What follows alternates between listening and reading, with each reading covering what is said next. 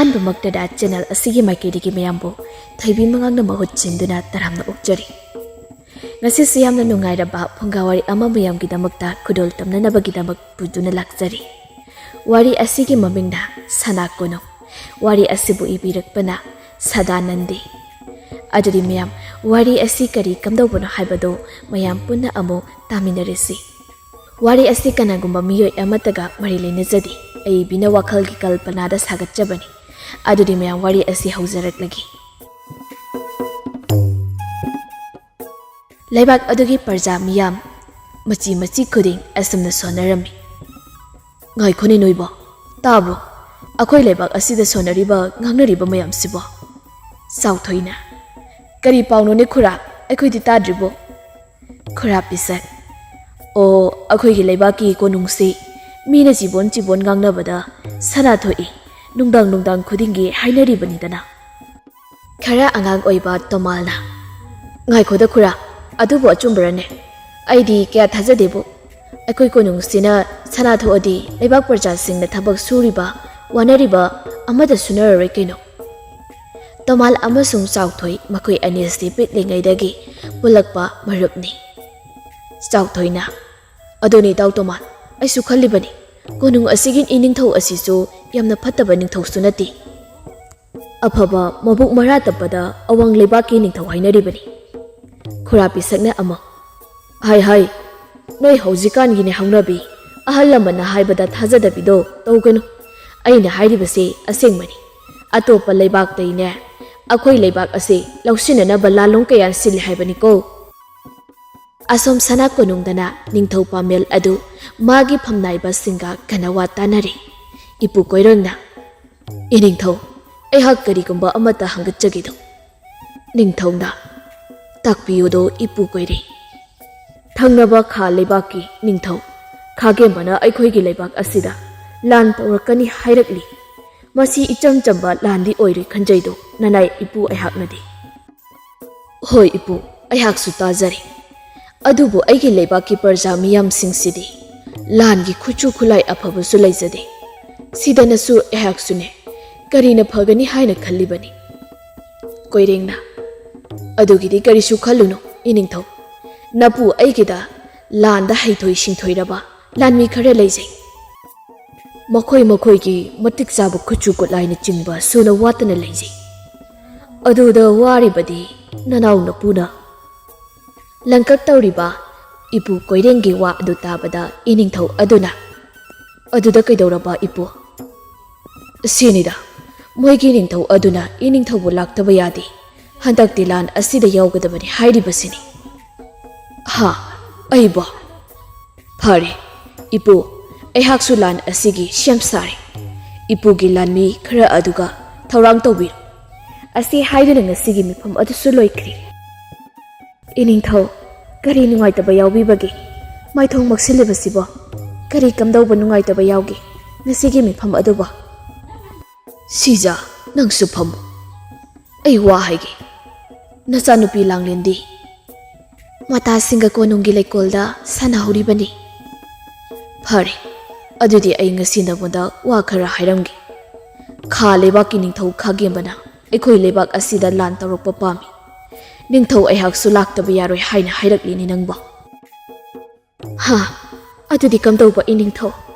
ꯃꯗꯨꯒꯤ ꯅꯤꯡꯊꯧ ꯈꯥꯒꯦꯝꯕ ꯍꯥꯏꯕꯗꯨꯗꯤ ꯂꯥꯟ ꯌꯥꯝꯅ ꯍꯩꯕ ꯂꯩꯕꯥꯛ 200-300 ꯍꯦꯟꯅ ꯃꯥꯅ ꯂꯧꯁꯤꯟꯈ꯭ꯔꯕꯅꯤ꯫ ꯃꯗꯨꯅꯤ ꯑꯩꯁꯨ ꯈꯜꯂꯤꯕ ꯑꯁꯤ꯫ ꯑꯗꯨꯕꯨ ꯑꯩꯈꯣꯏ ꯀꯣꯅꯨꯡ ꯑꯁꯤ ꯁꯅꯥ ꯊꯣꯛꯏ ꯍꯥꯏꯅ ꯀꯅꯥꯅ ꯍꯥꯏꯅꯕꯁꯤ ꯑꯩꯁꯨ ꯏꯅꯥ ꯑꯁꯤꯅ ꯇꯥꯔꯕꯅꯤ꯫ ꯑꯗꯨꯗ ꯈꯥ ꯂꯩꯕꯥꯛꯀꯤ ꯅꯤꯡꯊꯧꯅ ꯇꯥꯕꯗꯒꯤ ꯀꯣꯅꯨꯡ ꯑꯁꯤ ꯄꯥꯝꯂꯛꯂꯤꯕꯅꯤ꯫ ꯑꯩꯁꯨ ꯇꯥꯔꯦ ꯏꯅꯤꯡꯊꯧ, ꯑꯗꯨꯕꯨ ꯀꯣꯅꯨꯡ ꯑꯁꯤ ꯇꯁꯦꯡꯕꯃꯛꯀꯤ ꯁꯅꯥ ꯊꯣꯛꯄ꯭ꯔꯅꯦ?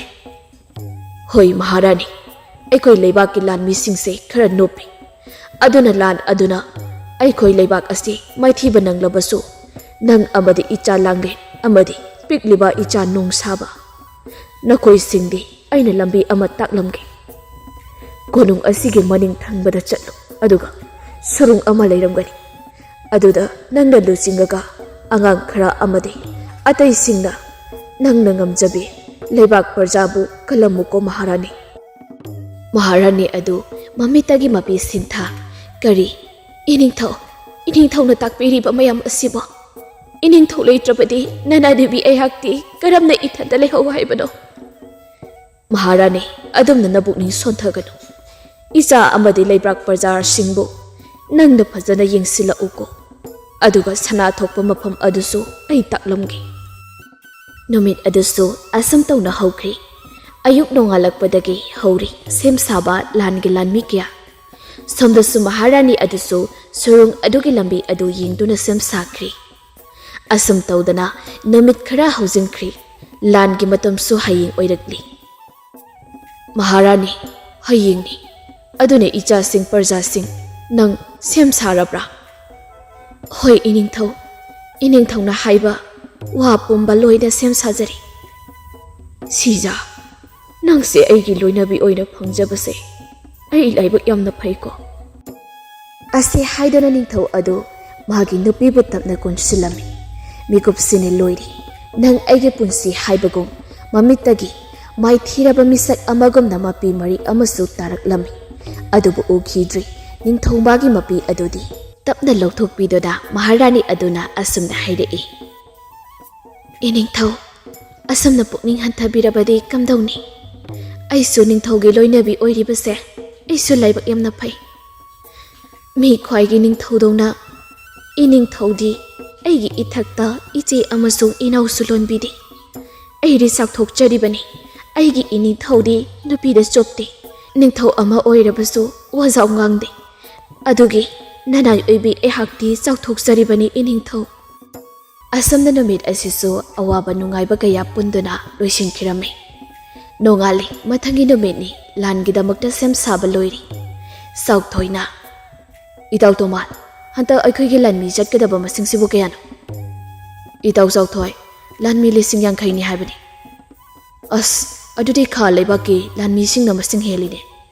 ꯃꯈꯣꯏꯒꯤ ꯂꯥꯟꯃꯤꯁꯤꯡꯗꯤ ꯁꯔꯤꯛ ꯁꯔꯥ ꯑꯃꯗꯤ ꯂꯥꯟꯗ ꯍꯩꯊꯣꯏ ꯁꯤꯡꯊꯣꯏꯔꯕ ꯉꯥꯛꯇꯅꯤ.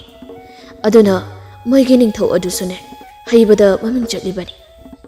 ꯏꯇꯥꯎ, ꯑꯁꯨꯝꯅ ꯄꯨꯛꯅꯤꯡ ꯍꯟꯊꯔꯕꯗꯤ ꯑꯩꯈꯣꯏ ꯀꯔꯝꯅ ꯂꯥꯟ ꯑꯁꯦ ꯉꯝꯒꯅꯤ? ꯄꯨꯛꯅꯤꯡ ꯍꯟꯊꯕ ꯌꯥꯗꯦ. ꯑꯩꯈꯣꯏ ꯂꯩꯕꯥꯛ ꯑꯁꯤꯒꯤꯅꯦ ꯅꯨꯄꯤ ꯑꯉꯥꯡꯁꯤꯡꯕꯨ ꯑꯩꯈꯣꯏꯅ ꯉꯥꯛ ꯁꯦꯟꯒꯗꯕ ꯅꯠꯇ꯭ꯔꯣ? ꯂꯥꯟ ꯍꯧꯕꯒꯤ ꯃꯇꯝꯁꯨ ꯌꯧꯁꯤꯜꯂꯛꯂꯤ. ꯂꯥꯟ ꯍꯧꯅꯅꯕ ꯁꯦꯝ ꯁꯥꯔꯤ. ꯈꯥꯒꯦꯝꯕ ꯅꯤꯡꯊꯧꯅ ꯑꯋꯥꯡ ꯂꯩꯕꯥꯛꯀꯤ ꯅꯤꯡꯊꯧ ꯄꯥꯃꯦꯜꯗ ꯑꯁꯨꯝꯅ ꯎꯁꯤꯠꯇꯅ ꯍꯥꯏꯔꯛꯏ. ꯍꯥꯏ ꯅꯤꯡꯊꯧ ꯄꯥꯃꯦꯜ, ꯅꯪꯒꯤ ꯂꯥꯟꯃꯤꯁꯦ ꯀꯌꯥ ꯃꯤꯠꯊꯣꯛꯇꯦꯅꯦ. ꯅꯪꯕꯨ ꯂꯥꯟꯃꯤ ꯂꯩꯍꯧꯗ꯭ꯔꯕꯣ? ꯂꯩꯇꯦ ꯍꯥꯏꯔꯗꯤ ꯑꯩꯗꯒꯤ ꯈꯔ ꯄꯤꯅꯤꯗꯅ.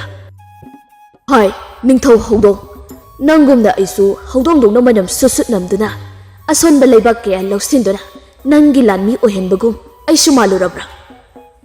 ꯑꯆꯠꯆꯥ, ꯑꯩꯍꯥꯛꯇꯅ ꯍꯧꯗꯣꯡꯒ ꯄ꯭ꯔꯃꯥꯟ ꯇꯧꯕ ꯁꯥꯏ. ꯈꯪꯅꯤꯗꯅ ꯁꯔꯤꯁꯨ, ꯅꯤꯡꯊꯧ ꯅꯪꯒꯤ ꯃꯇꯝ ꯉꯁꯤꯅ ꯂꯣꯏꯔꯕꯅꯤ ꯈꯪꯉꯨ. ꯏꯅꯥꯏꯁꯥ, ꯂꯥꯟ ꯍꯧꯔꯣ. ꯂꯥꯟ ꯑꯗꯨꯁꯨ ꯍꯧꯈ꯭ꯔꯤ. ꯈꯥꯒꯦꯝꯕꯒꯤ ꯂꯥꯟꯃꯤꯅ ꯂꯥꯛꯆꯕ ꯑꯁꯨꯝ ꯍꯦꯜꯂꯝꯃꯤ. ꯄꯥꯃꯦꯜ ꯅꯤꯡꯊꯧꯒꯤ ꯂꯥꯟꯃꯤꯁꯤꯡꯁꯨ ꯋꯥꯔꯕꯁꯨ ꯊꯧꯅꯥ ꯍꯟꯕ ꯂꯩꯇꯅ ꯁꯣꯛꯅꯔꯤ.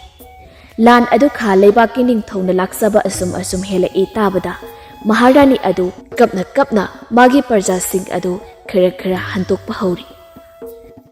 ꯁꯣꯝꯗꯁꯨ ꯂꯥꯟ ꯑꯗꯨ ꯈꯥꯒꯦꯝꯕ ꯅꯤꯡꯊꯧꯅ ꯉꯝꯂꯗꯨꯅ ꯄꯥꯃꯦꯜ ꯑꯗꯨ ꯃꯉꯛ ꯀꯛꯂꯝꯃꯤ. ꯄꯥꯃꯦꯜꯒꯤ ꯀꯣꯅꯨꯡꯗ ꯄꯥꯃꯦꯜꯒꯤ ꯑꯀꯛꯄ ꯃꯉꯛ ꯑꯗꯨ ꯄꯨꯗꯨꯅ ꯂꯥꯛꯏ.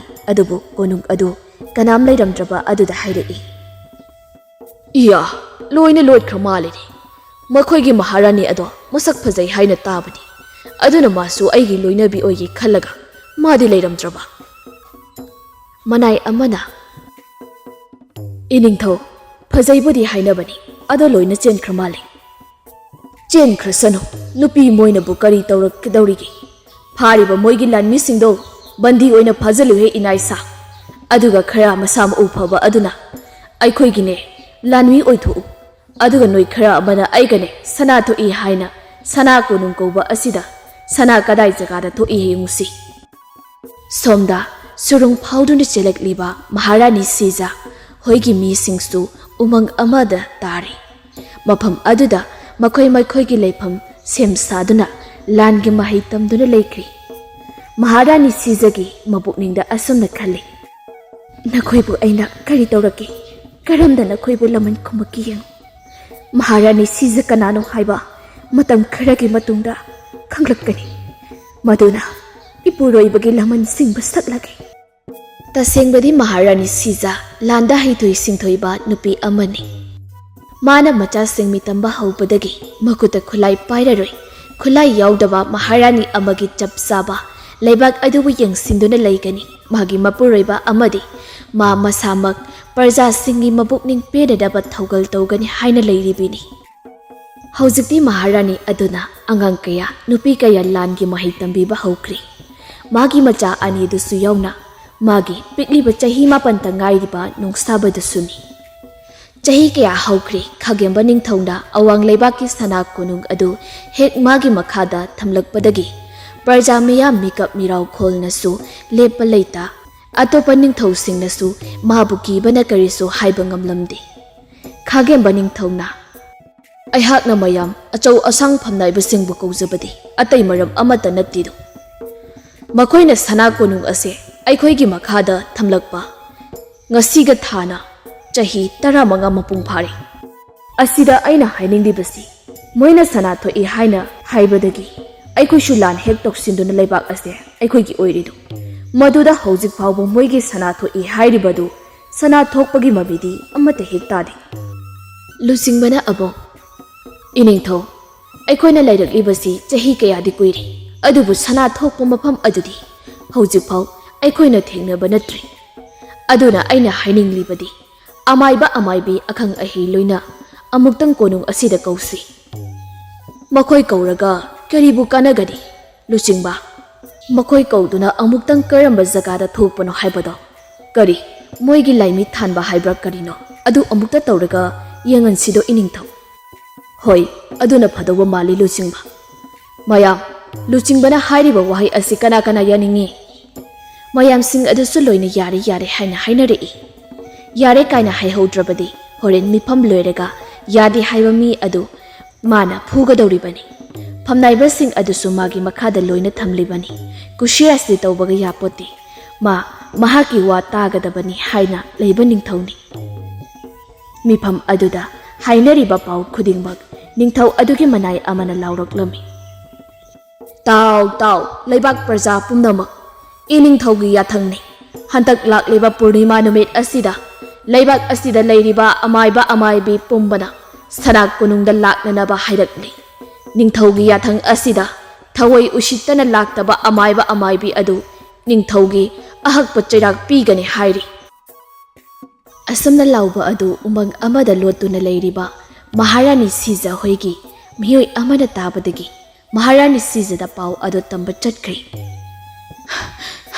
Maharani kari tawri nupa macha kari pau leiri aduk tahabadi Maharani sana konungi pau ama lehori ha sana konungi kari pau no tambu nupa macha Maharani adugi tahaba matau adu ubada Nongsabadi thamoida laman khumningbagi ihulna leitafam khangdri mamagi matau ubada mache ibe malanglinsi mapi mara chenduna wakhaldas asumne khalli thana kunung aikhoigini ngasina sana kunungi pau tabada aigi ima Maharani na langtaknabago aigi thamoidasu laman khumningbada thamoigi wabaigum chaklari nongbadi Ipa ningthaugi laman khumduna sana konungi Maharani aigi ima Maharani ni pham langda momon minok loinana phambado leibak praja miyamda uhengani sina aigi wasakni tamudo nupa macha sana konung kari tawba yaure kadai da konung adubu ate akai yaurabagi jelakpagi waraduna nupa adu sor sangna hondoraklaga hairei Maharani sana konung ate akai leitido aini ngasi koina leibak aduda chacharuba matamda lanmi amana asumna lahowi ha kari karamba matangda lahowi hayu nupa macha atai natido Maharani leibak aduda leiba amaibi pumnamak lakliba purnima nubet asida lakkadabani haini ningthaugi akanba yathang lahowido kari haiba nupa macha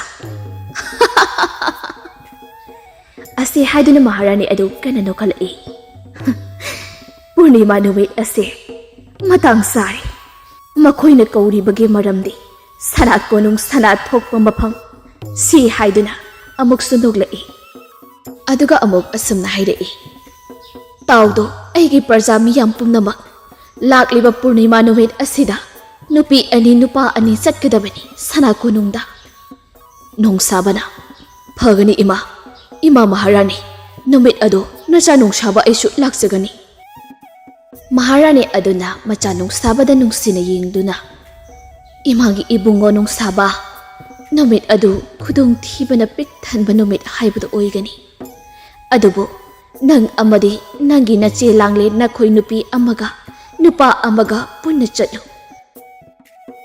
numit aduda moige lalong pumba semba sakri numit kharani so haukhri ngasidi purnima numit adu su yore nongsabo hoige marup sing makhoi mari adu su langle na lusing duna chatkri somda sana konungdani ningthau hai taribra inaisa lusingba tajari iningthau ngasi purnima numitni aduna amaiba amaibi gaido loina suna laknabra haibado nang amukta yengudo phagani iningthau nongsaba hoisu sana konung yorukni makhoi amaiba amaibi pumba paring sangna leplibado ubada makhoi marisu aduda yausilli lusingwana ningthauda iningthau ngasi tawgadawriba thoram ase hauba yaragani miyai khudingmak suna lakli iningthau lingthok piraklo hoi lusingba ningthau amasu lusingba su lakli amaiba amaibi na leiriba mafam aduda mane hek lakpada wang chawraba masakta kaida ningthau amadagi tadraba nungsabada hek mifam adu taruri nungsaba adu ubada ningthau adu swai lawi nungsabagi sakfam adu laikhidraba ningthau pamel aduga masak yamna manarami ningthau aduna nongsabada nangi koloi minglel amadi nangi ima pabagi minglel adu hayu haiduna wafam asi hairakli nongsaba adu thamoida fana sauninglabasu matang chadri khanna ningthau aduda bebarga loinana hairai anai aigi koloi minglendi nongsaba kaujaido ima pabagi minglenna imagina siroi ipa apokpagina minglenna paiba haina kaujaido mafam asidagi khara lapna leiba yumdompok oina taba mafam aduda leijabani ehakti wa adu tabada chingnaramba kharadi kokchaido ningthau khagembado nongsabadi thamlamba miyeng adu amaiba amaibi singda yenglakpada masak matau fajabi langlen adu ubada hangoiba miyengni yenglaktuna khalli fajaini sidi maharani phambaldaga mana gan thoirabadi egi thamoise penida astamna amuksu hairei mayam amaiba amaibi singbu aina kaujabadi atai amatagi nattedo sana konung asida hana leiramba ningthau aduna palingai sana thoi haina tajaido adubu nakoi gi haijaba sing adu uttuna sana thokpham jaga ado aingonda takpa ngamba mida leibak tangkhai piduna konung asigi phamnaiba achauba amasu hapgani wa adu tabada amaiba amaibi sing adu magi haijaba mai adu sijinaduna kana yengnari adubu langlendi ningthau aduda munna yengduna irang toksilli ningthauna sakhelabi kaidore nangdi mayamna thiba ase yaudrabadi nangi koloi minglendi kari kaubagi langlen kaujaido iningthau makoigi sana konungi sana thokpamdo aida ngasaida samin phangkhrabani adugini aina chaplepchariba se iningthau ha kari haiba sana thokpamdo khangi haiba inaisa kauriba du tabada langlen taha hairei ketharap tawna iningthau nati mi kauba yadi mi kaya khangkhrabadi sana leifam asigi asingba mafam iningthau da soidana lan tawrakani iningthau gi pham soidana pamlakani iningthau aduna iningthau ehak taksagido iningthau mang thabiro hoi langle karom jaga dano oigani iningthau gi konung asigi maninglomda chatlo aduga surungum laba akhuba mafam amba aigi mit asida ujaido aduna adonglomda oina satpiyu iningthau hoi aduri ai mang thajaragi ani aduna asum satpada magi manai sing inarake tawi aduda ningthau aduna Nakoi lehoko inay sa ay langlin ga thabak amada chatlugi. Wa adu tabada manai sing aduna hoi hoi haiduna adabak lehawi. Manai singe wakhaldari asumna khalli. Akoi ningthaugi haunabido haurido nupi masa uba yadabisi. Ase khandana makhoido lehawi. Asum satpada surung adu laiba ubada ningthau adu yam harauna hairei. Langlen nagi wa khudimak chumli. Hojikti karomda chatkani langlen. Iningthau surung adu da sangbiyudo. Machinda asamda haijarabasu thamoidadi pena nokcharibani langlen adu.